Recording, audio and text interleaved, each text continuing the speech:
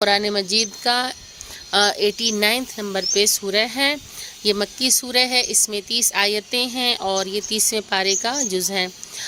سورہ فجر کے مضامین کچھ اس طریقے سے ہیں کہ اس سورہ کا آغاز قسموں سے کیا گیا ہے، جیسا ہم نے ابھی گزشتہ میں جو سورہ پڑھی تھی ان میں بھی قسمیں موجود تھی، تو پروردگار عالم نے متعدد سوروں میں قسمیں کھائی ہیں، جن میں سے ایک یہ سورہ بھی ہے۔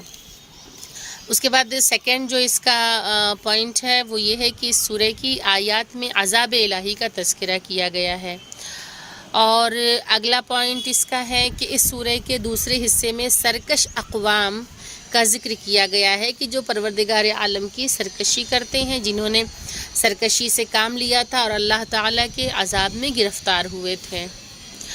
اس کے بعد جو اگلا پوائنٹ ہے، اس سورہ کے تیسرے حصے میں قیامت کی طرف اشارہ موجود ہے کہ مجرمین کا انجام کیا ہوگا اور مومنین کو ان کا اجر کس صورت میں پیش کیا جائے گا۔ تو یہ اس کے جو کچھ اہم مضامین تھے وہ تھے۔ تو